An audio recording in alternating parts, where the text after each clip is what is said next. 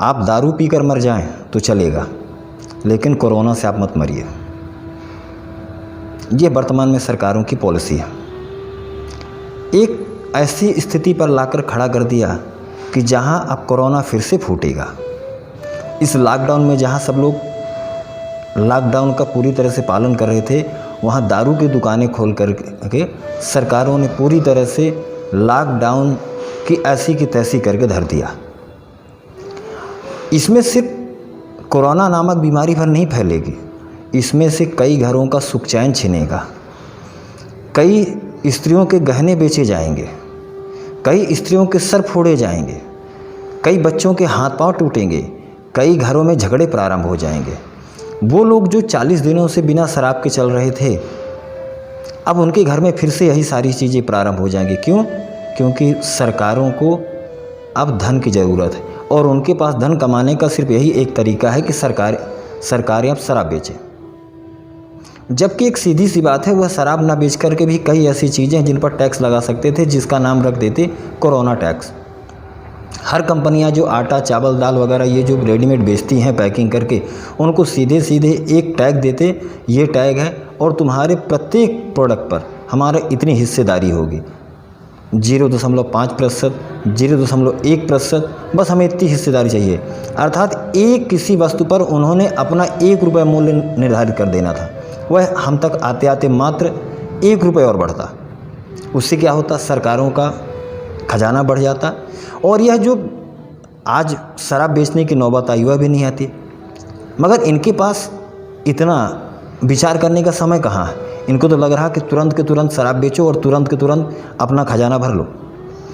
इसमें मैं जितना राज्य सरकारों को दोषी मानता हूँ, उससे ज़्यादा मैं केंद्र की सरकार को भी दोषी मानता हूँ। अगर आप यह कह करके बचकर निकल जाएंगे कि राज्य की सरकारों ने मांग उठाई थी कि हमारे यहाँ का जो खजाना है वह खाली है, तो हमें किसी तरह से शराब बेचने की अनुमति मिले, जिसकी वजह से केंद्र सरकार ने उन्हें यह अनुमति दी, तो मैं मानता हूँ कि राज्य की सरकारें सिर्फ शराब बेचने भर की अनुमति नहीं मांग रही थी। राज्य सरकारें आज 15 दिन पहले से यह भी अनुमति मांग रही थी कि जो मजदूर हैं, अप्रवासी मजदूर हैं, उनको भी उनके घर तक भेजने की व्यवस्था की जाए। तब तो उस समय बहाना यह था कि लॉकडाउन की जो व्यवस्था है वह टूट जाएगी। क्या अब शराब बेचने से लॉकडाउन की व्यवस्था नहीं टूटेगी? वह भी टूटेगी ना। और आखिरी में आज हमें उन प्रवासी मजदूरों को घर तो भेजना पड़ रहा है ना।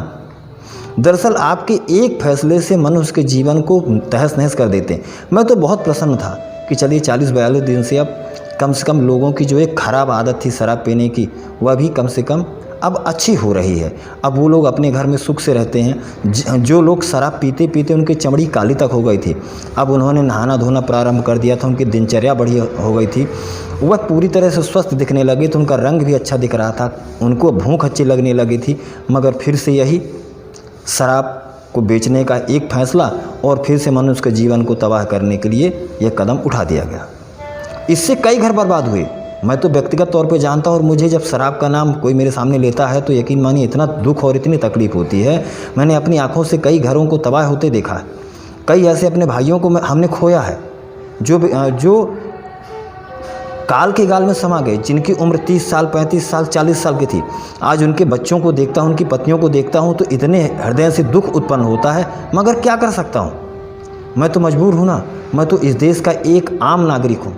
मैं कर क्या सकता हूँ? सिर्फ अपने दिल के दर्द को छुपाने के अलावा क्या कर सकता हूँ? लेकिन यह सरकारें इतनी प्राण हो जाएंगी, इनके अंदर एक चेतना नाम की वस्तु नहीं रहेगी। मुझे आज एहसास हुआ।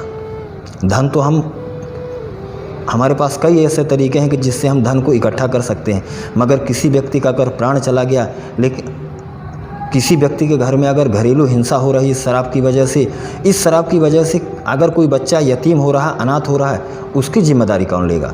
क्या इस देश की सरकारें, केंद्र राज्य की सरकारों ने सिर्फ एक ही चीज़ ठान के रखी है कि सिर्फ और सिर्फ कोरोना से नहीं मरना चाहिए, बाकी आप चाहे शराब पी करके मरो, चाहे अन्य किसी भी चीज़ों से मरो, आप मर जाओ, हमें इससे कोई लेना देना नहीं।